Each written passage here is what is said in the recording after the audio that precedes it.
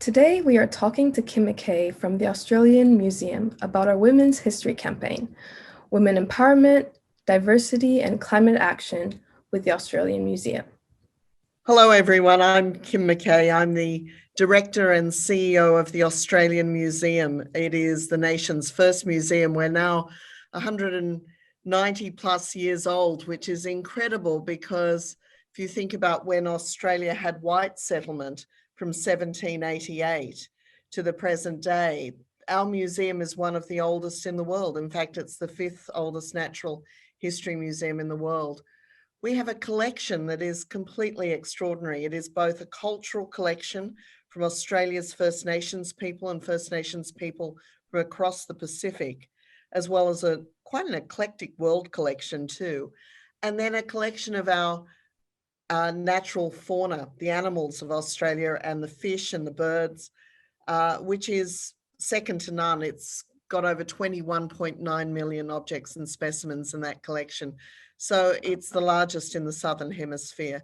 And so we are both a natural science and culture museum and a research institute where we research the collections, and we have over 100 scientists working for us full time. So we have around 300 people at the museum, all incredibly experienced, and I have the great honor of leading that team. And we've just set up a whole new direction for the future, which embraces climate change, First Nations agency, so our Indigenous people of Australia have a much greater voice in the museum, which is incredibly important. We're a colonial institution, which did a lot of wrongs, and as part of our own reconciliation, at the new entrance to the museum, we've just rebuilt a big part of the museum. We talk about the wrongs done to the past to our First Nations people.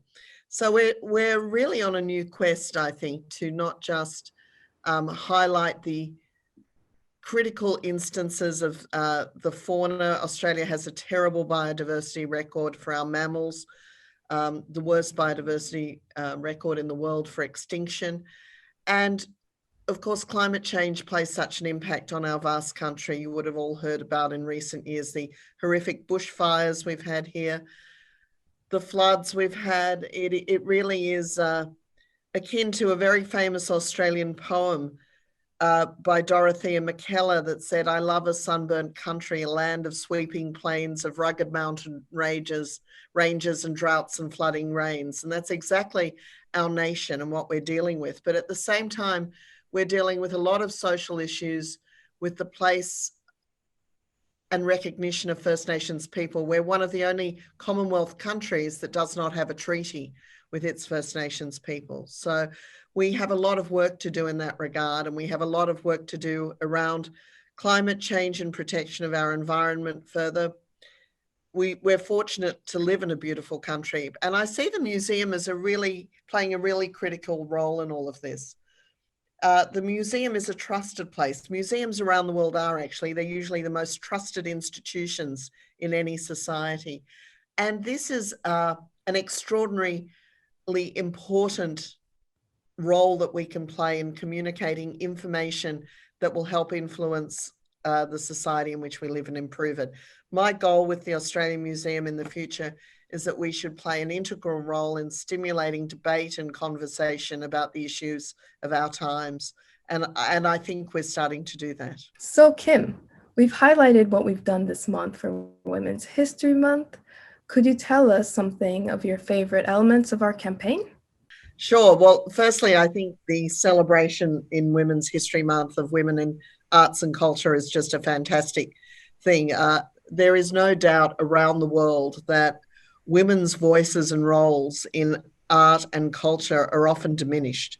I see that in my own country in Australia, where historically the history books were written to highlight men and their role in shaping modern Australia. But in fact, every step of the way there has been women. I created a gallery, believe it or not, at the Australian Museum, our Treasures Gallery, where we have more women and more First Nations people highlighted for the roles they've played in shaping our nation than have been on any other list of 100 people. Normally it's a list of men. So we're very much committed to bringing out the stories and the contribution of women right across the arts. I think some of the things you've really done is tap into the zeitgeist. I mean, during the COVID period, of course, a lot of people have been working from home. So you've enabled people to take on board the email course, for example, delivered to people's inboxes. So it's very easy to participate no matter where they're located. So that I think is a really great initiative. And we're all working differently now, and we're all learning differently than ever before. So I think the easier access to this information for the broadest number of people possible is fantastic. So that really did strike me as something being incredible. Also, the images that you've highlighted, these color images, and also the people highlighted, the women artists highlighted through the app puzzle game is a great initiative. I mean, we all like playing with new apps and we all like puzzles. And I think as a learning mechanism, it's a great way to engage people, and also with a younger audience too. So these sorts of initiatives, I think, really make the whole program really sing in a different way and really connect with people in a contemporary way. And I think, you know, there's a lot of connection. We talk about STEM and STEAM, about the arts connected to science, and there is a direct connection there. There's a wonderful intersection between art and science, and I'm very interested in that intersection. And I think this project, by highlighting women artists and scientists and others, helps highlight that intersection as well. So the entire program, I mean, it has much more to it than the things I've just noted, but it really does focus on something incredibly important in our times right now. There is a lot of discussion globally about the role of women and the agency given to women, and also the agency given to women from diverse communities. And this program underscores that, I think, by highlighting the role women have played in history.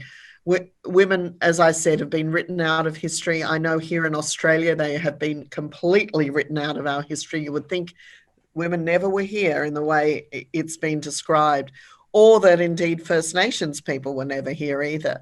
So I think the more focus that can be brought to bear so that people understand that in our particularly male-dominated world in which we still live, there's still a long way to go. But we can be inspired, I think, by these early trailblazers who are, despite their gender, were able to embark on careers as artists. The first female artists in New South Wales, where the Australian Museum is based, were two sisters, the Scott sisters, and they were illustrators of natural history of flora and fauna.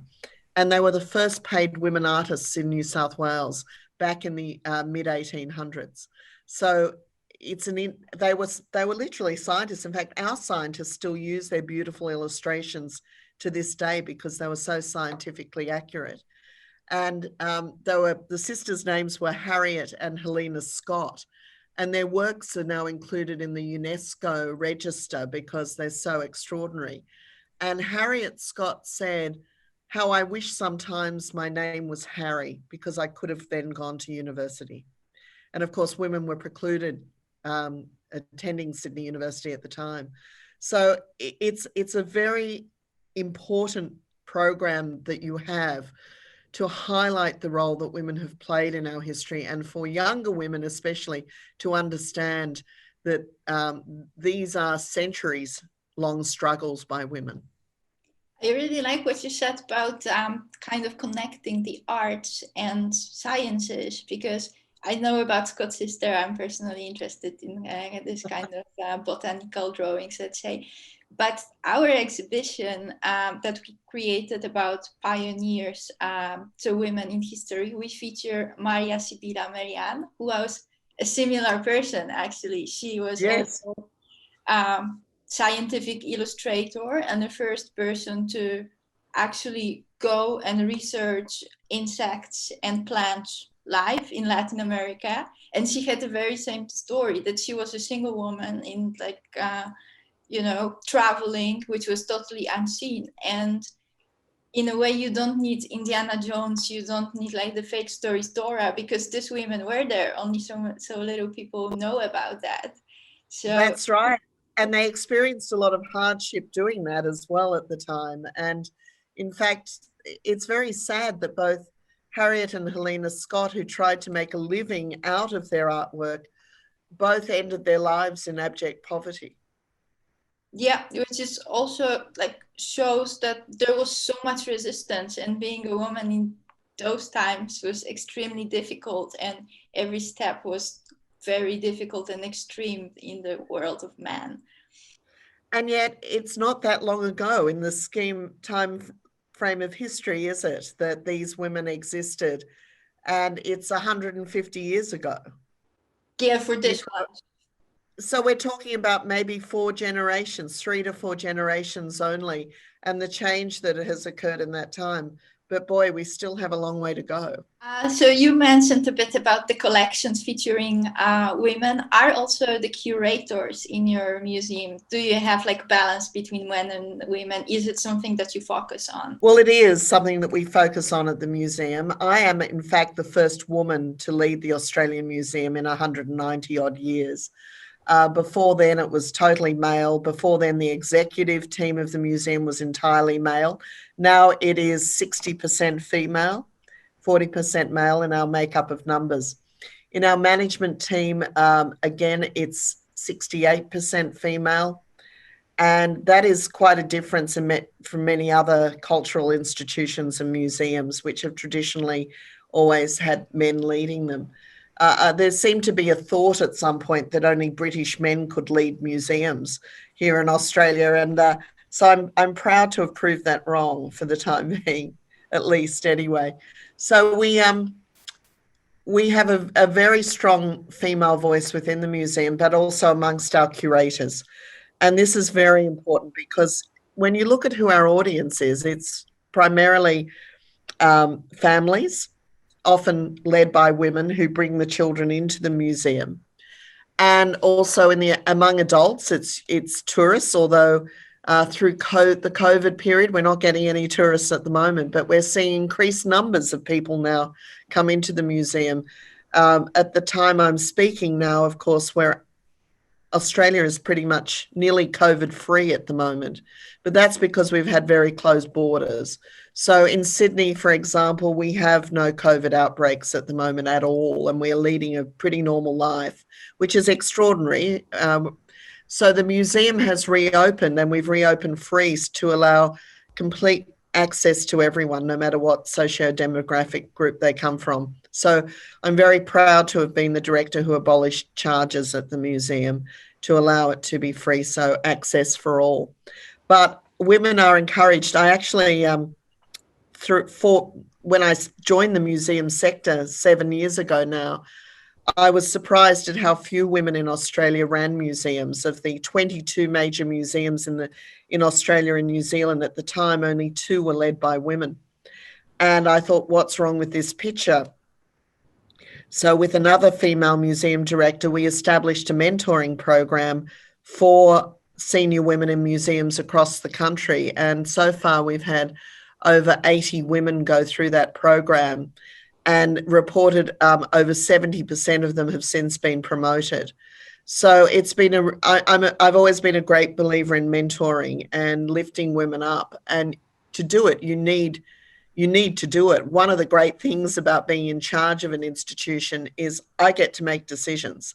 So I can make decisions that help advance women's careers. I can help make decisions that help advance First Nations people's careers as well. And these are really important things, because what I've discovered since being in this role is being the director or CEO gives you enormous power. And why not exercise that power to make effective change? Do you have women who inspired you? There are many women who I'm inspired by. When I was a little girl, my first true inspiration was Florence Nightingale, the British nurse. And I wanted to be a nurse at that time.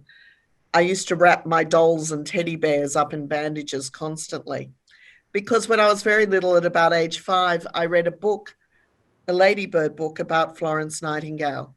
And what I loved about her was that she effected change against all the odds and against her own illness. She changed the way in which hospitals treated the wounded, you know, through the in war. And she made such a difference to the survival of soldiers. It was extraordinary. And I always then at age 5 wanted to be the matron of a hospital. And of course, I've ended up as the matron of a museum, really, except all my candidates inside are dead and stuffed. So with our animals and our taxidermy. But look, it is. So I think as a little girl, the first person I remember inspiring me was definitely Florence Nightingale. After that time here in Australia, the woman who led the suffragette movement in Australia, most people don't know that Australia was the second country in the world after New Zealand to give women the vote. And a woman called Mary Lee led that suffragette movement, yet she's pretty much unknown in Australia. And yet we don't learn about her at school, and we should. She was an extraordinary woman based in South Australia in Adelaide. And she really advocated for women's rights, not just through suffrage, but also helping women who were left homeless when they were abandoned by their husband, who suffered, you know, as they got older and had nowhere to live. She set up homes for them. So somebody like Mary Lee, who against all the odds, again, really fought to give women their rights, is incredibly inspiring. And I've read, when you read her speeches today, they're as relevant today as they were at the turn of the century when suffrage was granted here. So that was pretty, she's one who stands out for me. And it would be trite to say it, but even my own mother, you know, I live a life that is about 100% different to that of my mother in one generation. My mother left school at age 14. She was a very bright woman, but she was determined that my sister and I had an education. So again, at age 5 or 6, if you'd asked me what I was going to be other than a matron, I would have said, well, I'm going to university. My mother understood that education was the game changer for women early on, and my father too. And so they really sacrificed everything to ensure that we got a very good education and that we were able to improve our lives through that. And you see it everywhere. Every time a woman is educated, the difference it can make in a community, in a society. And today we need that. We're having a very deep conversation in Australia at the moment about how we haven't come far enough and how women are being treated, even in our federal parliament. And it's somewhat shocking, really, when you realize the deep sexism that exists in our culture and why does it still exist in this way. So there's a lot of work to be done here, and a lot of work for young women to make sure that then they don't have to put up with the abuse, and it is abuse. It's the verbal abuse I'm mostly talking about in the workplace. From when I was very young, every single woman I know has stories about this. And let's hope that the dialogue that's happening now can help change that. Tell us a bit more of some other steps that the museum has taken to be closer to the community. Well, the first thing in terms of First Nations agency, I've just appointed a woman, Laura McBride, as the new Director of First Nations for the Australian Museum, so that it's an executive level position. We have a collection of over 20,000 First Nations objects dating back to the beginning of white settlement here. And Laura has established amazing relationships with the local community. In addition to that, we have a collection of over 60,000 Pacific objects. And so we work closely with the Pacific communities as well. If you can imagine, here on the east coast of Australia, bordering the Pacific, we have a huge Pacific diaspora living in Sydney and on the east coast. So we have a lot of people from all the islands across the Pacific who are very, very keen to be engaged with their culture. And these objects embody that culture. And I guess that's the difference really between a museum like ours, which focuses on culture and natural science, is that we're talking about ways in which people lived, rather than just looking at something as an artwork that you might do in an art gallery. we are talking about cultural practices, some of which are very secret and sacred to those communities. So having that understanding and respect. So we're trying to embody that right across the museum and an understanding. In fact, even at the moment, we've just embarked on having all of our staff go through anti-racism training so that they understand that sometimes in these old colonial institutions, without realizing it, there can be systemic racism. And so we want to acknowledge that that could exist, and we want to make sure that our staff are well equipped to play a positive role in the future. We've also just commissioned, and Laura McBride, our new Director of First Nations, is the curator of it, perhaps the most important exhibition we've ever done in our history. It opens in May this year, and it's called Unsettled. And it really does discuss the role of First Nations people in Australia and what happened to them after the colonists first arrived. It started with Captain Cook on the east coast of Australia in 1770. And then, of course, in 1788, after the British lost the War of Independence with America, they needed to send their convicts somewhere. And based on the journals of the original visitors on Cook's voyage, they decided the east coast of Australia would be a good dumping ground for convicts. And so that's when the first fleet arrived in 1788. The land was never ceded in any way. There was never a treaty. So Aboriginal people regard this as an invasion. And today stories have been passed down. Now we learn a story in school, which is quite different to the story that First Nations peoples hold, and that has been passed down from generation to generation. So in our exhibition Unsettled, we reveal that for the first time for many people. We talk about genocide. We talk about the war, the frontier wars that have occurred, things that have been brushed over in white colonial history. And really, it's going to be a difficult exhibition for a lot of people to see. It's quite confronting, but it's timely. And Australia now is in that conversation about, do we have a treaty? Do we have reconciliation? For it to occur, you have to have truth-telling first. So we hope we'll play a role in that truth-telling moment. And I'm pretty moved by what the team, our First Nations team, has come up with. We have allowed them full control over the messaging, and it is extraordinary. So I'm pretty excited that the Australian Museum is involved in that, and we're making it free, just as general entry to the museum is free. It's a major exhibition, and it will be free so that every Australian can come and visit it. It's so important. Every school child should see it if they can. So that's an exciting moment for us, I think, and an example of some of the things we're doing, because through that, we're very much highlighting women. Women played an extraordinary role in First Nations communities. They were the fisherwomen here in Sydney. Across Sydney Harbour, they were called the Mahn, M-A-H-N, and they fed the families this way. So a really extraordinary role of women, apart from bringing up the children. And they also had the skills of weaving, which have been passed down from generation to generation. So, for example, we'll be running these wonderful weaving workshops with elders in the community, so that they can impart these skills on white women in Australia.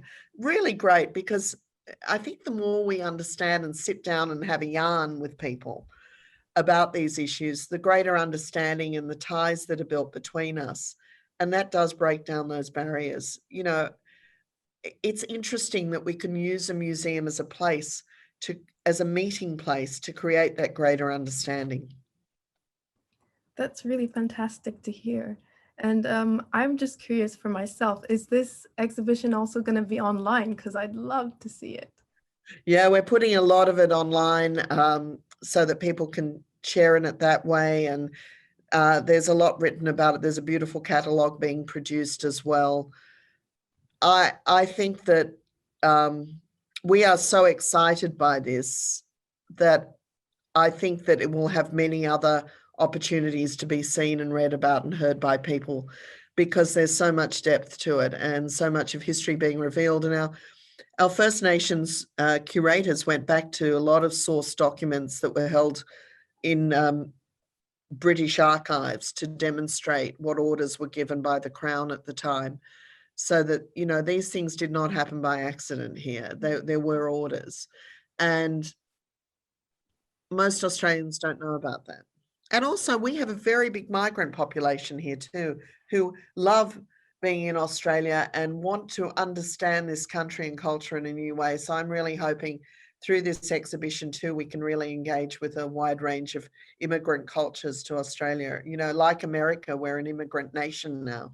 And so you are very bold about all these activities in order to be inclusive, get the community involved, but a lot of institutions don't know where to start. If you could give one advice on what would be the first step. I think you need to be brave. And I also think don't ask permission, ask for forgiveness.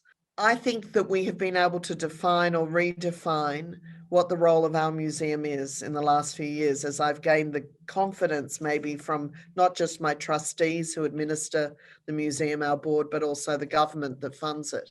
So as they've gained more confidence in the work that I lead at the museum and our team is doing, you can do a bit more. You can push the agenda a little bit further than before.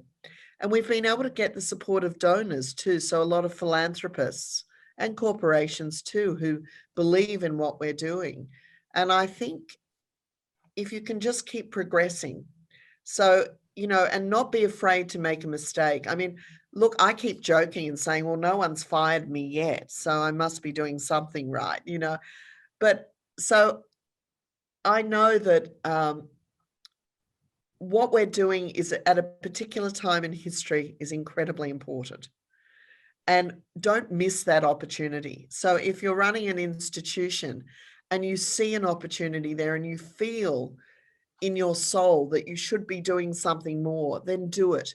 Don't let history pass you by. Be part of it and be part of the conversation and be part of the change, you know, that is happening around you.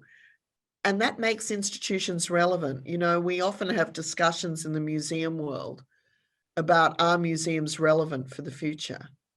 You know, or are we just big storehouses of historical objects? And we have an enormous relevancy for the future, especially in museums like ours, because we have the stories of the past, but we can tell so much about the future too. You know, who would have known when all of those natural science objects and specimens were collected, that today we would have the resources of DNA to pull out the true history and to help us understand the future and what impacts of climate change may be on different species, for example. So there's a lot we don't know yet because we can't predict the future. We don't know what will be invented. So museums really, they're like the arc of humanity. I like to think of them in that way, is that, you know, there's a thought that around the world, all the big natural history museums maybe hold over 90% of everything ever found on the planet, which is extraordinary. So they're incredibly important, not just as warehouses or storehouses, but as research institutions and also for the public to engage. I mean, museums are often the first places that young people really engage with both art and science at the same time. You know, I love seeing the kids come into the museum on school excursions and their little faces light up and you see the spark go off of recognition, that light bulb goes off. And that's incredibly exciting. And we can be therefore very influential in children's lives and their careers in terms of what they pursue. Knowing that you are also an environmentalist, so what ways have you or the museum integrated environmental preservation into the museum's mission and goals?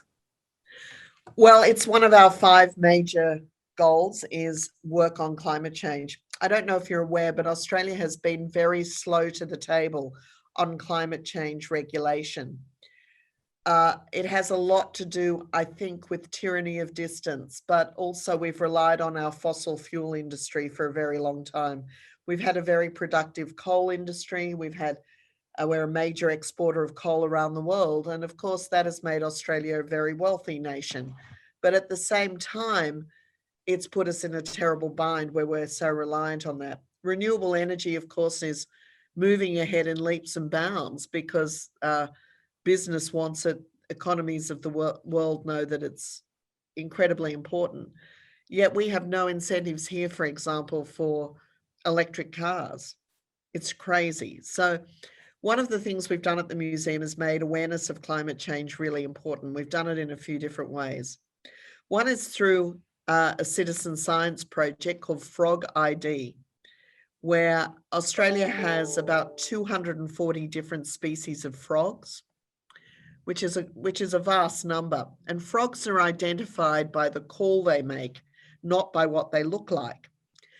And yet no one knew what was happening to frogs. Now, frogs are among the most endangered groups of animals, of species of animals in the world. They're incredibly impacted by changes in climate and biodiversity. So our chief herpetologist, Dr. Jodie Rowley, came up with the idea that if we could get citizen scientists, i.e. the public, to count frogs, to listen for them, then we could maybe get an idea.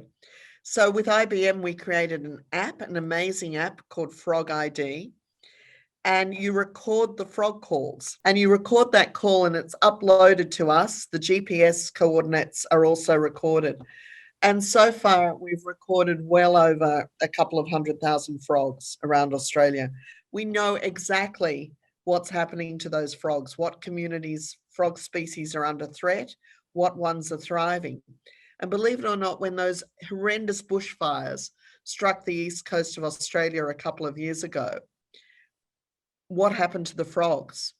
Everyone was very worried. Well, of course, we had the only set of data available on any group of animals that was complete. And so we were able to actually monitor after that all the work we're doing back in the field now about what happened to the frogs.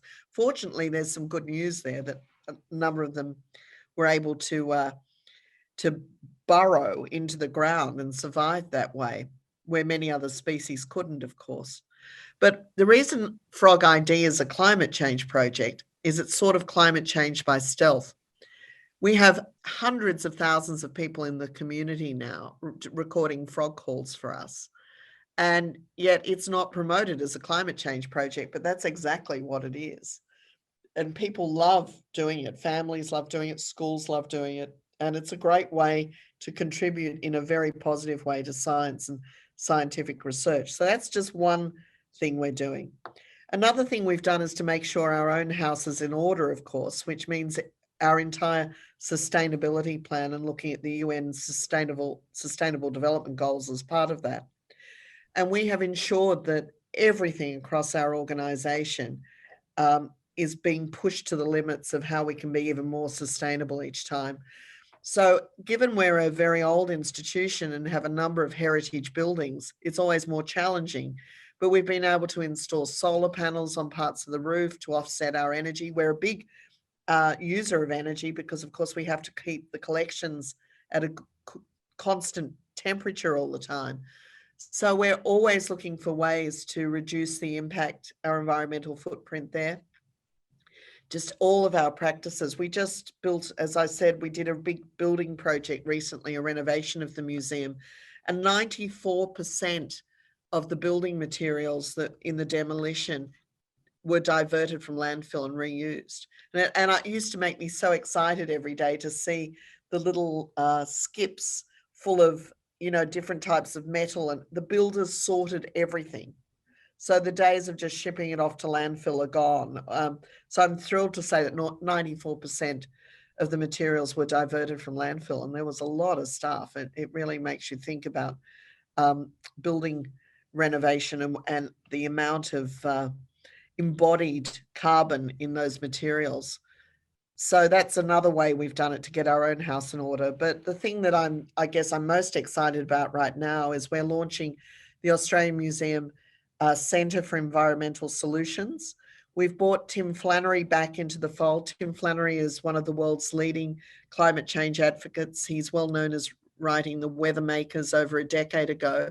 And Tim spent 15 years at the Australian Museum as head of mammalian biology originally before he became a climate change advocate.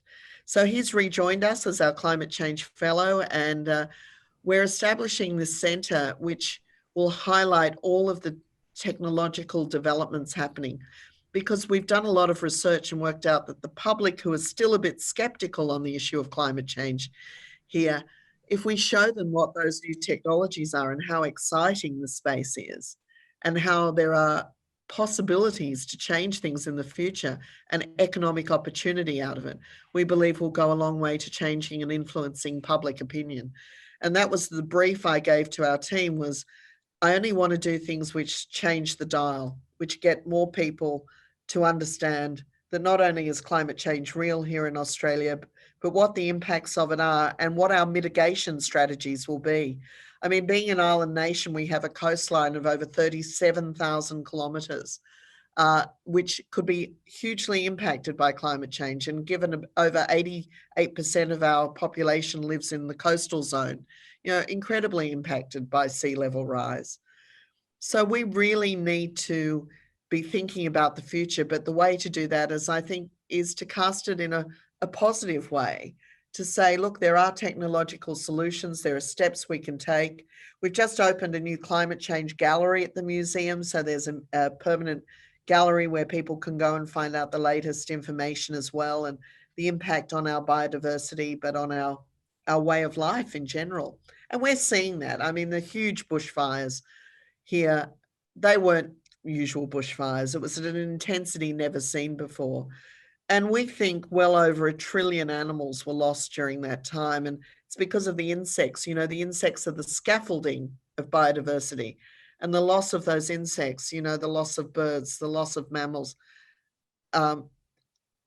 it is just extraordinary, those impacts. And I've been out into many of the bushfire affected areas, and the devastation that was wrought was significant.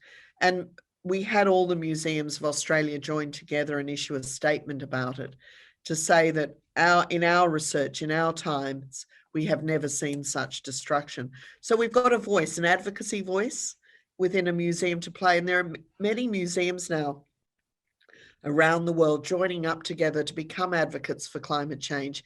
And we hope we're leading the way there, and we're sharing our information with museums right around the globe. You told us quite a bit about inspiring people to act. Could you tell us a bit more about your project, 1 Million Women? I'm very fortunate to be an ambassador for 1 Million Women. It was created by a wonderful friend of mine, Natalie Isaacs. And Natalie has done a remarkable job to sign up women to climate change action here in Australia and now in other countries as well. She believed, she was a woman who hadn't thought much about climate change in her life, but when she sort of had her epiphany moment, she thought, I'm going to take action. And she realized that as women, as the basic consumers in the household, we're the ones who go out and do the shopping, that we're the ones who could make a really big difference very easily at a local level. So Nat got a group of friends around her who all supported this concept. And she has really enjoyed a lot of success with the campaign about inspiring women to make a difference themselves. And, for all of us, it's only a decision we make every day about how we live. It's not that hard. And if you make it part of everyday life, whether it's looking at the ways you get to work, so using more public transport rather than driving to work, or using less electricity in the home because you've got solar panels, whatever it might be, whatever those easy things are to do, we can all do them. Of course, we know that if we all became vegetarians, we'd go a long way to reducing greenhouse gases within the community as well. So I'm trying to only eat meat a few times a month now. I don't want to go vegetarian entirely. I don't think I'm quite there yet, but we'll see how we go. But so 1 Million Women is a wonderful campaign about community action making a difference. And I know you wrote a series of books with advice on how to live better and more in a better way for the environment. And one of them was for children. And how do you communicate this kind of things to children? That was so much fun. So we started writing a series of books in 2007 under the True Green banner. And we had True Green Home and True Green Life and True Green for Kids. And it was tremendous, actually, to work with children on the sorts of activities that they could engage with. And we wrote it for both use by schools, but also in the home. And as we just saw with COVID, it was so interesting. Parents were having to come up with ways of teaching their kids all the time. And we had a lot of people approach us and say, can we use your True Green Kids information again? Because it's timeless. And just lots of ways in which you can, children are very concerned about climate change and the environment. You know, they love, what person doesn't love going out in the natural environment and enjoying it and enjoying the wildlife? And so there were lots of projects that kids could do in their own backyards, as well as things for them to make and ways that they could come up with reducing their own footprint. And that was everything. Here in Australia, we don't usually buy our lunch at school. We take our lunch to school with us. And so it was about how you take the lunch to school so that you're not using plastic wrap all the time, that you can use paper wraps that can go into landfill easily and be compostable, or not needing wrapping at all with different reusable containers. So just little things like that. But there are lots of ways kids can engage. And it was a really fun project. And I really enjoyed doing the research for that book, of working with kids and finding out the sorts of things that they love doing. So you've told us some really important things on the ways museums can fight climate change, and the important roles, especially with your museum as well, and the work you've done, the work the museum has done, the work some museums around the world are doing as well. But for museums that might not know where to start on and find it important to be part of this change, where do you think, or how do you think such museums could take that step? Well, they can join with us. So we have a wonderful leader of our climate change programs, Dr. Jenny Newell, who has also got a voice at many international museum forums on this. Jenny was a Pacific expert to begin with, but through that, she started working with First Nations people in the Pacific and discovered that their livelihoods were already being directly impacted by climate change. And of course, many Pacific nations will lose their countries due to sea level rise. I mean, we already have climate change refugees coming into New Zealand and Australia from the Pacific. So this is something real. It's happening now. So for those museums around the world who would like to engage more with climate change, they can contact the Australian Museum. They can also contact a wonderful virtual museum in New York. It's the Museum of Climate Change in New York City. And it's not a venue, but it's a community of people, and they run different events at different times. But we're all linking up to show that this is an agenda item that is so relevant for museums in this day and age.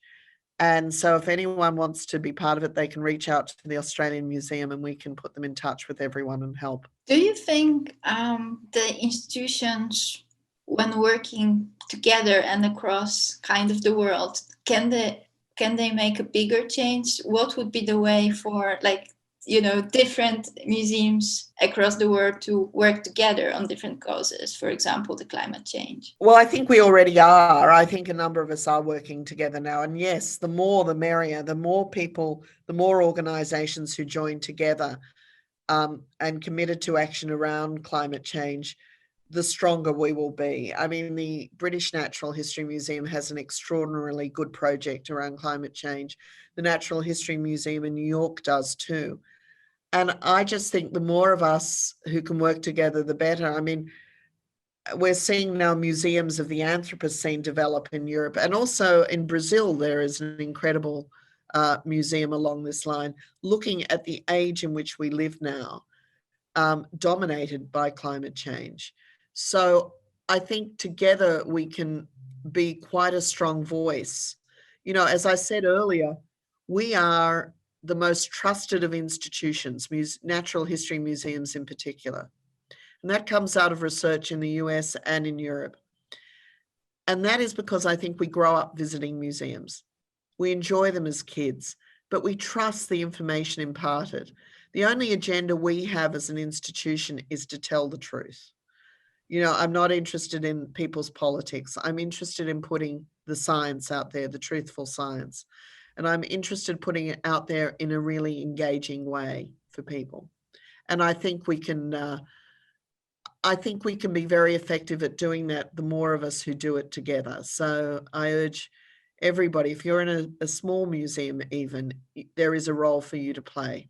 Oh, well, thank you for having me talk about the Australian Museum and our work, but also I think the important role that museums play globally in terms of engaging with the public and continuing to be relevant.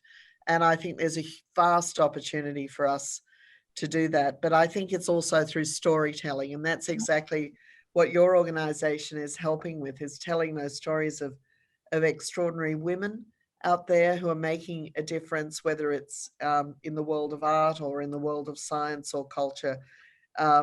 It's fantastic to empower women in that way, but through storytelling.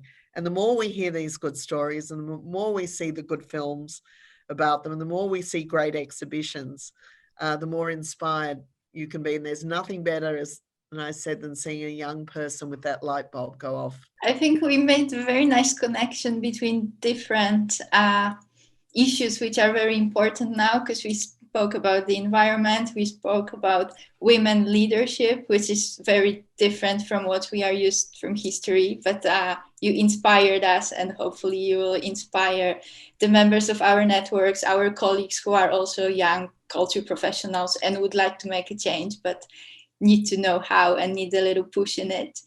Is there anything we didn't ask you about what you would like to talk about? Running an institution like the Australian Museum is an incredible privilege. And I do recognize that, and that I'm at a particular time in history where the decisions I make for the museum and that my trustees make will influence how we can influence others in the future. So it's recognizing that you're at that critical juncture in history on a few key issues is incredibly important. And I think the support that I get from the government here in New South Wales and those around me really enables our team to blaze a new trail. And that's what we're very committed to doing.